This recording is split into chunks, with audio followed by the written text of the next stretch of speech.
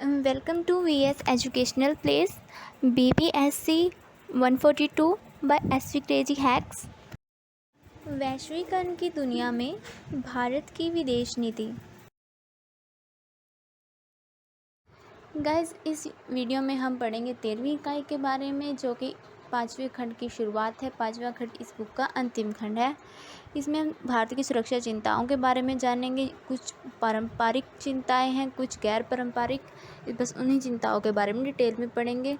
बस यही 2 question important रहने वाले हैं और इस यूनिट में कुछ इंपॉर्टेंट नहीं है। आइए गाइस, पढ़ते हैं डिटेल में। भारत की पारंपरिक सुरक्षा चिंताएं। भारत की विदेश नीति ने आदर्शवाद और व्यवहारिकता की यात्रा की है। राष्ट्रीय पहचान के साथ विविधताएं जातीय, धर्म, सांस्कृतिक और क्षेत्रीय पहचानों में आत्मसात हैं। इसलिए भारतीय गणराज्य के सबसे बड़े घरेलू चुनौती विविधता, समाज में से एकता और समावेश के रूप में बनाए रखना है। साथ ही भारत की बहुत सी क्षेत्रीय और वैश्विक सुरक्षा चिंताएं और घरेलू सुरक्षा समस्याओं से जुड़ी हुई हैं। देश की सुरक्षा के लिए बाहरी चुनौतियों को भी ध्यान में रखना पड़ता है। भौगोलिक स्थितियों के कारण भारत अस्थिर और विकृत व्यवस्थाओं से संचालित राज्यों से घिरा हुआ है, जिससे एक चुनौती क्षेत्रीय सुरक्षा वातावरण को बनाए रखना। संपूर्ण भारत प्रशांत क्षेत्र भारत क्षेत्रीय रूप में स्थित है। क्षेत्रीय और वैश्विक शक्तियों के जटिल और कभी-कभी प्रतिस्पर्धी हितों के चलते सुरक्षा दृष्टिकोण को अभूतपूर्व परिवर्तन के दौर से गुजरना पड़ता है। ऐसी परिस्थितियों में भारत को इस क्षेत्र की कुछ महत्वपूर्ण शक्तियों की नीति और कार्यों को देखते हुए महत्वपूर्ण सुरक्षा चिंताओं का सामना करना पड़ रहा है। अगर हम इन सुरक्षा चिंताओं में बात करें पड़ोसी देश के साथ द्विपक्षीय मुद्दों की, तो उत्तरी पहाड़ी चीन के साथ उसके संबंध हमेशा ही खराब रहे हैं। विभिन्न मुद्दों पे चुनौती देने वाले मुद्दों की तरह दुनिया के प्रभुत्व की तलाश में न केवल भारत में बल्कि दुनिया के पश्चिमी वास्तवों को भी चुनौती देते हुए दिखाए गए हैं चीन और एशिया के कुछ देश। जटिलताओं की एक नई चुनौती को सामने रखा है। चीन ने भारत से काफ़ी पहले आर्थिक सुधार की शुरुआत की थी। तेज़ी से आर्थिक विकास हो रहा है चीन की आर्थिक और सैन्य वृद्धि और उसकी शक्ति प्रशिक्षण क्षमताएं क्षेत्रीय और वैश्विक शक्ति संतुलन को चुनौती देती हुई दिखाई देती हैं। हाल ही के वर्षों में भारत के पड़ोसी जल क्षेत्र में चीन की गतिविधियां भारत के लिए चिंताजनक रही। हिंद महासागर क्षेत्र में चीन की बढ़ती समुद्री रुझान उसके वास्तविक इरादों के बारे में भारतीय रणनीतिक हलकों में आकांक्षा पैदा कर रही हैं। चीन ने हिंद महासागर के उत्तरी समुद्री तट में मित्र देशों जैसे पाकिस्तान, श्रीलंका, बांग्लादेश, म्यांमार और मालदीव, मॉरिशस, सेशेल्स सहित अन्य छोटे द्वीपों की सहायता और सुविधाओं की एक श्रृंखला को वित्त पोषित किया है। ईरान की सीमा से लगभग 70 किलोमीटर और होर्मुज़ जल्ट मुंडूर मध्य, जो कि एक प्रमुख तेल आपूर्ति मार्ग है, इससे 400 किलोमीटर पूर्व में स्थित है। दक्षिणी पश्चिमी तट का ग्वादर बंदरगाह विशेष तौर पे पाकिस्तान के निकट लगता है, ने सामरिक स्थिति के कारण बहुत ध्यान आकर्षित किया है, क्योंकि ये तेल मार्ग खराब हो सकता है पाकिस्तान और चीन की गतिविधियों से। इसके अलावा पाकिस्तान की तरफ से अगर देखा जाए तो हमेशा से ही कूट संबंध का इतिहास रहा है। पाकिस्तान के साथ 4 युद्ध हो चुके हैं, सीमा झड़प हो चुकी हैं बहुत सारी। 1947 के बाद से ही कश्मीर दोनों देश के बीच एक मुख्य मुद्दा रहा है। बढ़ते हुए असंतोष बार बार अस्थिरता की स्थिति पैदा करते हैं। सीमा पार आतंकवाद की स्थिति, पाकिस्तान का आतंकवाद को बढ़ावा देना, पाकिस्तानी धरती पर पैदा हुए आतंकवाद जो विशेष रूप से भारत को लक्षित करता है, एक और प्रमुख मुद्दा है जिसने द्विपक्षीय संबंधों को खराब कर दिया। भारत ने पाकिस्तान को अशांति फैलाने और आतंकवादियों को शहीद घोषित कर उनका महान मंडन करने का आरोप लगाया है। भारत ने हमेशा सभी मोर्चों पर पाकिस्तान के साथ शांतिपूर्ण जुड़ाव करने की नीति अपनाई है।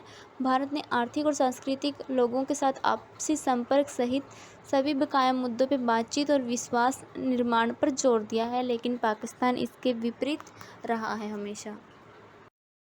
अगर हम बात करें गैर पारंपरिक सुरक्षा चुनौतियों की, तो इनमें से साथ ही उग्रपंथी, कट्टरपंथी, चरमपंथी, आतंकवादी, हैकर्स के समूह और समुद्री लुटेरों द्वारा अनाधिकृत लाभ प्राप्त करने के लिए नए वातावरण का दोहन करने की कोशिश कर रहे। ये सभी कुछ गैर राजकीय कारकों द्वारा दी जा रही इस तरह की अंतर्राष्ट्रीय चुनौतियां समकालीन समय में और भी महत्वपूर्ण हो गई हैं। आतंकवाद और अतिवाद। भारत की रक्षा मंत्रालय 2006 में एक रिपोर्ट में उल्लेखित किया था कि भारत इस्लामी कट्टरवाद के उदय के साथ साथ आतंकवाद की बढ़ती घटनाओं की भारत की सुरक्षा पर इसके द्वारा होने वाले प्रभाव, जिसमें राज्य द्वारा प्रायोजित और राजनीतिक हिंसा शामिल है, लंबे समय तक आतंकवादी हमले के निशाने पर रहा है। भारत सीमा पार आतंकवाद समय से भारत के लिए एक प्रमुख सुरक्षा चिंता का विषय बना रहा है। भारत के अतीत में घातक आतंकवादी हमले सामने आए हैं, जैसे कि 1993 में मुंबई हमले, 1901 में संसद पर हमला और 1908 में मुंबई आतंकवादी हमले में खूनी आतंकवादी घटनाओं को देखा गया। भारत ने विभिन्न प्रकार के उग्रवादी समूहों और विशेष रूप से जम्मू कश्मीर की सीमा पार आतंकवाद को प्रायोजित करने के लिए पाकिस्तान की भूमिका की लगातार आलोचना की है। पाकिस्तान में लगातार लश्कर-ए-तैयबा जैसे आतंकवादियों को संरक्षण देना जारी रखा। उत्तरी अफ्रीका के साथ साथ अफ़गानिस्तान, पाकिस्तान के क्षेत्र आतंकवाद के अड्डे बने हुए हैं। अल-कायदा, इंडियन मुजाहिदीन, लश्कर-ए-तैयबा, हरकत-उल-जिहाद अल-इस्लाम, जैसे Mohammed, Haqqani network, Islamic State of Iraq तथा सीरिया ISI प्रमुख आतंकवादी संगठन हैं। भारत को घरेलू विरोधी संगठनों तथा सिमी जैसे चरमपंथी समूह तथा बांग्लादेश और पाकिस्तान जैसे पड़ोसी देशों में उनके सामने विचारधारा वाले तत्वों के बीच संभावित चुनौतियों का सामना करना पड़ रहा है। इसके अलावा मुंबई हमले के बाद एक प्रमुख पहल नई राष्ट्रीय जांच एजेंसी का निर्माण है, जो आतंकवाद और संगठित अपराध के मामले की जांच करने और मौजूदा तंत्र कारगर बनाने के लिए खड़ी की गई है। 2002 में आतंकवाद का मुकाबला करने के लिए खुफिया प्रयासों को सुव्यवस्थित करने के लिए दिल्ली में बहु-एजेंसी केंद्र MAC बनाया गया था। ऐसा नहीं है कि इसके बाद 2008 के बाद मुंबई हमले के बाद ये ख़त्म हो गया हो आतंकवाद। उसके बाद भी बहुत सारे आतंकवादी हमले भारत पर होते रहे हैं, जैसा कि सबको पता ही है। उरी हमला, पठानकोट हमला और पुलवामा हमला, अभी भी आतंकवादी हमले जारी हैं, जो कि एक विशेष चुनौती के रूप में भारत के सामने आतंकवाद के एक विशेष चुनौती के रूप में आया है। एक चुनौती के रूप में आतंकवाद अन्य गैर पारंपरिक खतरों जैसे मादक पदार्थ, हथियार और मानव तस्करी, पायरेसी से जुड़े हुए मुद्दों के अलावा बहुत महत्वपूर्ण चुनौती बन चुका है। आतंकवाद के अलावा अगर हम अन्य मुद्दों की बात करें तो ऊर्जा सुरक्षा एक बहुत महत्वपूर्ण मुद्दा है। आर्थिक विकास, उसके व्यापार और ऊर्जा आपूर्ति से निकटता से जुड़ा हुआ भारत की नाजुक ऊर्जा सुरक्षा, उसकी आयातित तेल पर बढ़ती निर्भरता, नियामकता, अनिश्चितता और अपारदर्शी प्राकृतिक गैस मूल्य निर्धारण नीतियाँ, कुशल जनशक्ति के सीमित समूह, अल्प विकसित ऊर्ध्व प्रवाही बुनियादी ढांचे और निकट भविष्य में ऊर्जा के प्रमुख स्रोतों के रूप में जीवाश्म ईंधन पर निर्भरता से गंभीर तनाव में है। कोयला, तेल और प्राकृतिक गैस से भारत में प्राथमिक ऊर्जा के सबसे महत्वपूर्ण स्रोत हैं। इन्हें हाइड्रोकार्बन की अपर्याप्तता घरेलू आपूर्ति देश को अपना आयात बढ़ाने के लिए मजबूर कर रही है।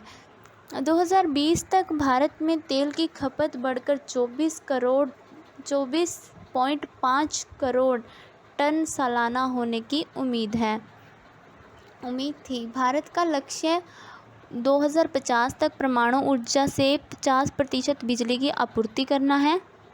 इसके अतिरिक्त आयाती यूरेनियम की आवश्यकता है। ग्रीन हाउस गैसें उत्सर्जक हाइड्रोकार्बन पर भारत की निर्भरता भी कम होगी, क्योंकि भारत का अधिकांश बिजली उत्पादन पर्यावरण की दृष्टि से अस्थायी कोयले पर निर्भर करता है। वर्तमान में भारत की ऊर्जा ज़रूरतों में परमाणु ऊर्जा का योगदान अभी भी बहुत कम है, जो कुल ज़रूरत का लगभग 3% है। अतः परमाणु ऊर्जा विकसित करना भारत की ऊर्जा की ज़रूरतों का एक समाधान हो सकता है। इसके अलावा एक अन्य मुद्दा है साइबर सुरक्षा का, जो कि कंपनियों के डेटा का उल्लंघन या फिर साइबर हमलों की घटनाओं में तेज़ी से वृद्धि देखी गई है। साइबर घुसपैठ और हमलों में नाटकीय रूप से वृद्धि हुई है, जिसका परिणाम व्यक्तिगत और व्यवसायिक रूप से संवेदनशील जानकारी का उजागर होना है। महत्वपूर्ण कार्यों का बाधित होना, अर्थव्यवस्था पर अनावश्यक भार पड़ना है। साइबर सुरक्षा हमारे साइबर स्पेस को हमले और क्षति, दुरुपयोग और आर्थिक जासूसी से बचा रही है। साइबर स्पेसेस में अंतर्निहित कमजोरियां हैं, जिन्हें दूर नहीं किया जा सकता। राष्ट्र, गैर राजकीय कारक तथा व्यक्ति सभी ऐसे हमले करने में सक्षम हैं। वैश्विक समुदाय के सामने आई यह एक नई अंतर्राष्ट्रीय चुनौती है। ये भी एक सुरक्षा चुनौती के रूप में पूरे अंतर्राष्ट्रीय विश्व स्तर पर सामने आई हुई चुनौती के रूप में उभरी है। इसी के साथ ये इकाई यहीं ख़त्म होती है। अगली इकाई को पढ़ने के लिए वीडियो पे बने रहें, लाइक सब्सक्राइब करते रहें। Thank you for watching. Please guys, like, subscribe and share.